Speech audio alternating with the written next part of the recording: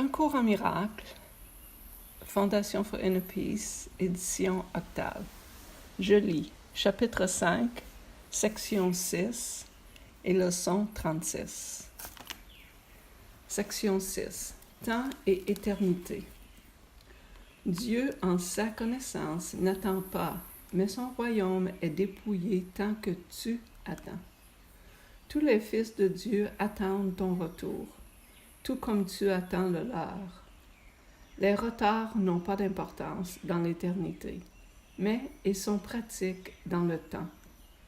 Tu as choisi d'être dans le temps plutôt que dans l'éternité, et tu crois donc que tu es dans le temps. Or, ton choix est à la fois libre et changeable. Ta place n'est pas dans le temps. Ta seule place est dans l'éternité, où Dieu lui-même t'a placé à jamais. Le sentiment de culpabilité préserve le temps. Il induit la peur de la riposte ou de l'abandon et assure ainsi que le futur sera comme le passé. Voilà la continuité de l'ego. Elle donne à l'ego un faux sentiment de sécurité en lui faisant croire que tu ne peux pas t'en échapper. Mais tu peux et tu dois le faire. Dieu t'offre en échange la continuité de l'éternité. Lorsque tu choisis de faire cet échange, tu échanges simultanément la culpabilité contre la joie, la méchanceté contre l'amour et la douleur contre la paix. Mon rôle est seulement de désenchaîner ta volonté pour la rendre libre.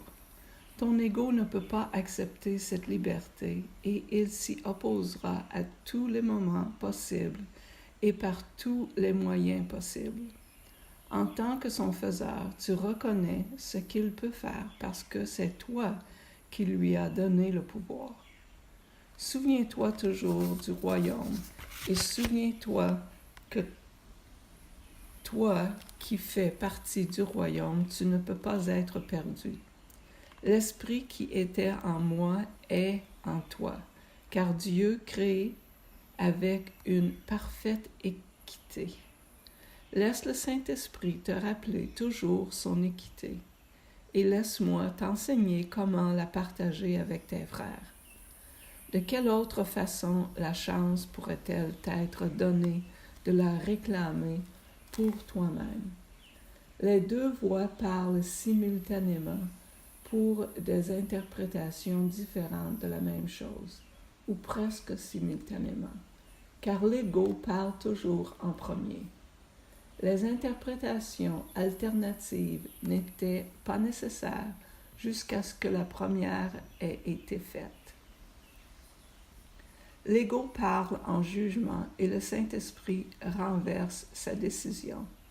De même qu'en ce monde, une cour supérieure a le pouvoir de renverser les décisions rendues par un tribunal inférieur. Les décisions de l'ego sont toujours fausses parce qu'elles sont fondées sur l'erreur même qu'elles ont été faites pour soutenir. Rien de ce que l'ego perçoit n'est interprété correctement. Non seulement l'ego cite l'écriture pour servir ses propres fins, mais il interprète l'écriture pour qu'elle lui serve de témoin. La Bible est une chose effrayante au jugement de l'ego. La percevant comme effrayante, il l'interprète avec crainte. Ayant peur, tu ne fais pas appel à la cour supérieure parce que tu crois que son jugement irait aussi contre toi. Il y a de nombreux exemples illustrant combien les interprétations de l'ego peuvent égarer, mais quelques-unes suffiront à montrer comment le Saint-Esprit peut les réinterpréter à sa propre lumière. Interprété par lui, ce que l'homme sème, il le récoltera, signifie que tu cultiveras en toi-même ce que tu considères digne d'être cultivé. C'est ton jugement de ce qui est digne qui le rend digne pour toi. À moi la vengeance, dit le Seigneur. est facile à interpréter si tu te souviens que les idées augmentent seulement en étant partagées. L'énoncé souligne que la vengeance ne peut pas être partagée. Donne-la donc au Saint-Esprit, qui la défera en toi parce qu'elle n'a pas sa place dans ton esprit, qui fait partie de Dieu. Interprété par l'ego, je punirai les péchés des pères jusqu'à la 3e et à la 4e génération, est particulièrement méchant. Cela ne devient plus qu'une tentative pour garantir la propre survie de l'ego. Pour le Saint-Esprit, l'énoncé signifie que des générations plus tard, il ne peut encore réinterpréter ce que les générations précédentes avaient mal compris et libérer ainsi les pensées de leur aptitude à produire la peur. Les méchants périssent devient un énoncé de l'expiation si le mot périr est pris au sens d'être défait. Toute pensée sans amour doit être défaite, un mot que l'ego ne peut même pas comprendre. Pour l'ego, être défait signifie être détruit. L'ego ne sera pas détruit parce qu'il fait partie de ta pensée, mais parce qu'il est incapable de créer et donc de partager. Il sera réinterprété pour te délivrer de la peur. La partie de ton esprit que tu as donnée à l'ego retournera simplement au royaume où ton esprit tout entier a sa place. Tu peux retarder le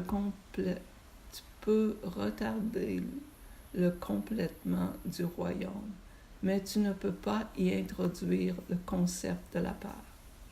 Tu n'as pas besoin d'avoir peur que la Cour supérieure te condamne. Elle rejettera tout simplement les accusations contre toi. Il n'y a pas d'accusation qui tienne contre un enfant de Dieu. Et chaque témoin de la culpabilité des créations de Dieu porte un faux témoignage contre Dieu lui-même. Fais appel avec joie de tout ce que tu crois à la propre cour supérieure de Dieu, parce qu'elle parle pour lui et donc parle véritablement. Elle rejettera les accusations contre toi, quel que soit le soin que tu as mis à les fabriquer. Les accusations sont peut-être à toute épreuve, mais pas à l'épreuve de Dieu. Le Saint-Esprit ne les entendra pas, parce qu'il ne peut témoigner que véritablement. Son verdict sera toujours « À toi appartient le royaume », parce qu'il t'a été donné pour te rappeler ce que tu es. Quand j'ai dit « Je suis venu comme une lumière dans le monde », je voulais dire que je suis venu partager la lumière avec toi. Souviens-toi que j'ai parlé du sombre miroir de l'ego, et souviens-toi aussi que j'ai dit « Ne regarde pas là ». Il est toujours vrai que c'est à toi de décider où tu regardes pour te trouver. Ta patience envers ton frère est ta patience envers toi-même. Un enfant de Dieu n'est-il pas digne de patience? J'ai montré avec toi une patience infinie parce que ma volonté est celle de notre Père, de qui j'ai appris ce qu'est la patience infinie. Sa voix était en moi comme elle est en toi, parlant pour la patience envers la fidélité au nom de son Créateur. Maintenant, tu dois apprendre que seule la patience infinie produit des effets immédiats. C'est ainsi que le temps est échangé contre l'éternité. La patience infinie fait appel à l'amour infini et, en produisant des résultats maintenant, elle rend le temps non nécessaire. Nous avons dit à maintes reprises que le temps est un mécanisme d'apprentissage qui sera aboli lorsqu'il ne sera plus utile. Le Saint-Esprit, qui parle pour Dieu dans le temps, connaît aussi que le temps est insignifiant. Il te rappelle cela à chaque instant du temps qui passe, parce que sa fonction particulière est de te ramener à l'éternité, puis de rester pour y bénir tes créations. Il est la seule bénédiction que tu puisses véritablement donner, parce qu'il est véritablement béni, parce qu'il t'a été librement donné par Dieu. Tu dois le donner comme tu l'as reçu. Et maintenant, leçon 36. Ma sainteté enveloppe tout ce que je vois. L'idée d'aujourd'hui étant celle d'hier de celui qui perçoit à ce qui est perçu. Tu es saint parce que ton esprit fait partie de celui de Dieu. Et parce que tu es saint, ta vue doit aussi être sainte, impeccable, signifie sans péché. Tu ne peux pas être un petit peu sans péché. Tu es sans péché ou non. Si ton esprit fait partie de celui de Dieu, tu dois être sans péché. Sinon, une partie de son esprit sera pécheresse. Ta vue est reliée à sa sainteté, pas à ton ego, et donc pas à ton corps. 4 périodes d'exercice de 3 à 5 minutes sont requises aujourd'hui. Essaie de les répartir à intervalles assez réguliers en faisant fréquemment des applications plus courtes pour protéger ta protection toute la journée. Les périodes d'exercice plus longues devraient prendre la forme suivante. D'abord, ferme les yeux et répète plusieurs fois, lentement, l'idée d'aujourd'hui. Ensuite, ouvre les yeux et regarde assez lentement autour de toi en appliquant l'idée concrètement à tout ce que tu notes en passant pendant ce tour d'horizon. Dis par exemple, ma sainteté enveloppe ce tapis, ma sainteté enveloppe ce mur, ma sainteté enveloppe ces doigts, ma sainteté enveloppe cette chaise, ma sainteté enveloppe ce corps, ma sainteté enveloppe ce stylo.